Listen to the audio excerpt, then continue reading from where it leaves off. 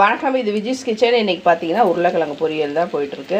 இன்றைக்கி வந்து சிம்பிளாக புளி சாதம், உருளைக்கிழங்கு பொரியல். புளி சாதத்துக்கு தாளித்து விட்டுருக்கேன். இது நேற்றைக்கு வச்ச சாம்பார். இதை நல்லா சுண்ட வச்சிட்டோம்னா சூப்பராக இருக்கும். அதனால் நல்லா சுண்ட வைக்கிறதுக்காக கொதிக்க விட்டுட்டுருக்கேன். இப்போ தாளித்ததில் சாதத்தை போட்டாச்சு. இப்போ நம்ம புளி பொடியை போட்டு கலந்துக்கலாம். கொஞ்சம் தேவையானாலும் உப்பையும் சேர்த்துக்கலாம். அவ்வளோதான், சாதத்தை கிளறி பேக் பண்ணியாச்சு. Lunch box ready. காலையில் சாப்பிட்றதுக்கு கோதுமை கஞ்சி, இதுக்குள்ளவே முருங்கை கீரை பொரியல்.